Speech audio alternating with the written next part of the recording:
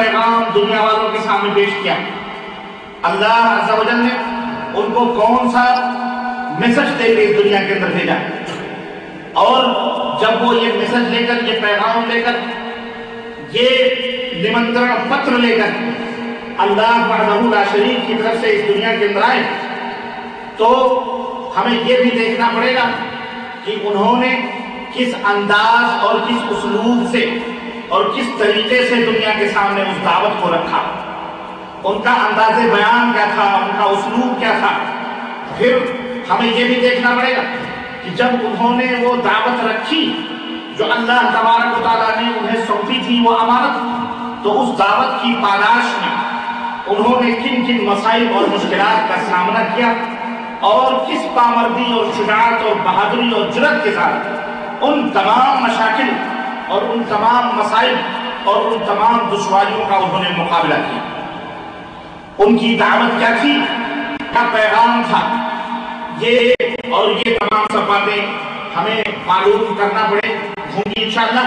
اور ان سب کے معلومات حاصل کرنے کا مین مقصد چونکہ یہ ہے کہ ہم ان کے نقش قدم پہ چلیں اور انہی کی طرح داعی بنے، انہی کی طرح مبلغ بنے، انہی کی طرح امت قوم کے سامنے اللہ کے پیغام کو پیش کریں. کیوں آخر ہمیں معلوم کرنے کی ضرورت ہے؟ اس کی وجہ کیا ہے؟ اس کی وجہ یہ ہے کہ آپ سے پہلے جتنی امتیں پیدا کی گئی تھی، ان امتوں کی مکمل ذمہ داری یہ نہ تھی کہ وہ مکمل ٹوٹل طور پر اللہ کے دین کی طرف لوگوں کو بلائیں.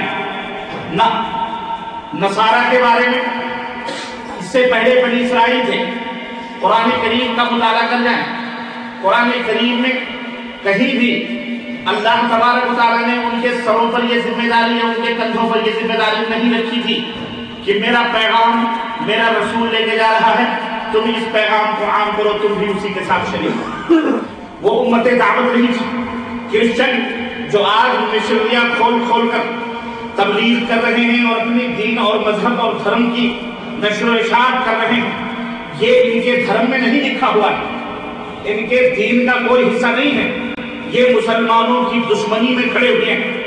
یہ اپنا تحفظ کرنے کے لیے، اپنے اس باطل اور جھوٹے دھرم کو بچانے کے لیے انہوں نے مشنریوں کے فائل کھولے ہوئے ہیں، منہ کھولے ہوئے ہیں، تاکہ کہیں اسلام کے یہ مبلغین، اسلام کی یہ ابدی دعوت، اسلام کا یہ امن و سکون والا دھرم، اسلام کا یہ امن و سکون کا پیغام، وحدانیت الہی کا یہ پیغام ان کے تسلیس کے گھروندوں کو چکنا چور کر کے کہیں ان کے افراد کو اپنے دامنوں کے اندر سمیٹ نہ لے.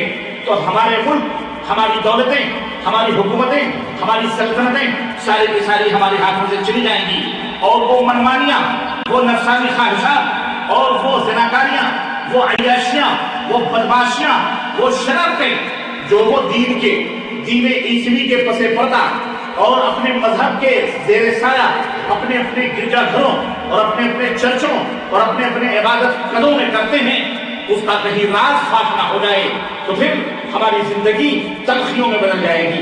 اس لیے انہوں نے اسلام کے مقابلے میں مشنریاں قائم کری ہیں.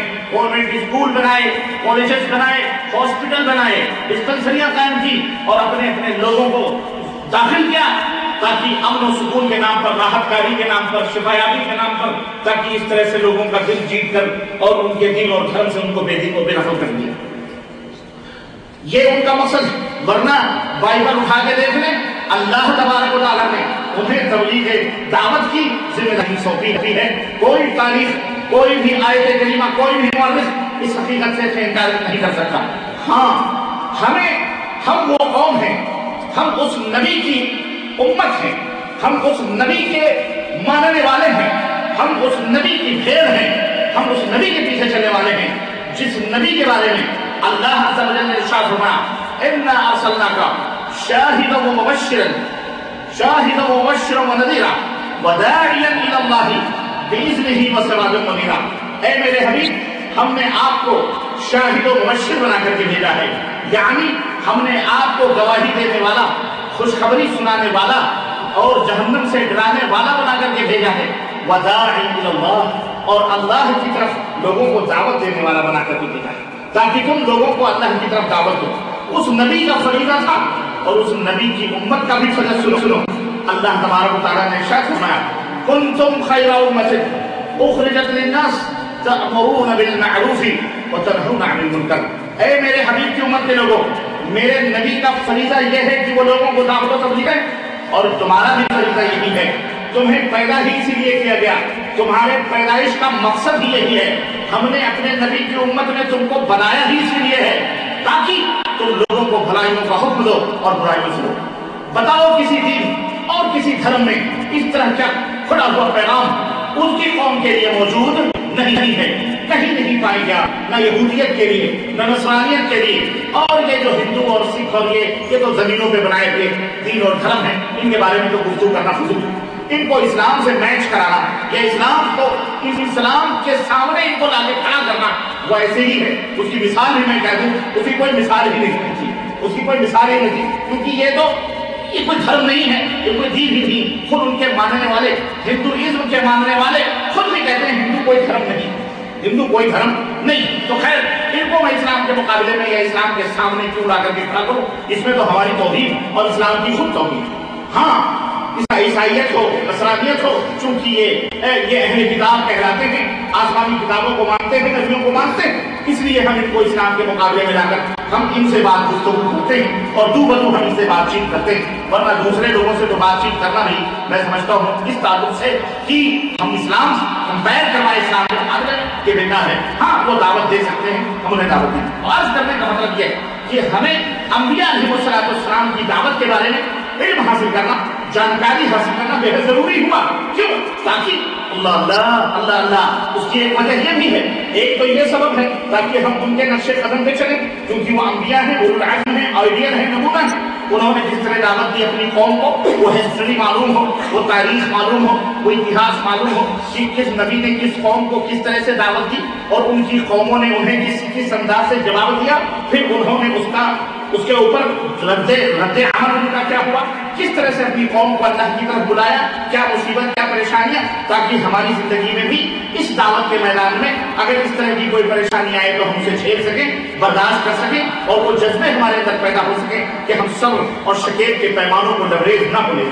یہ مقصد ہے۔ دوسرا مقصد یہ بھی ہے، اور میری بات کو دھیان سے سننا، اور لوگوں، تم لوگ مسلمانوں، تم مکمل امت دعوت ہو، دعوت و تبلیغ کے لیے اللہ تعالیٰ نے امر بالمعروف و نہی عن المنکر کے لیے آپ کو پیدا کیا ہے۔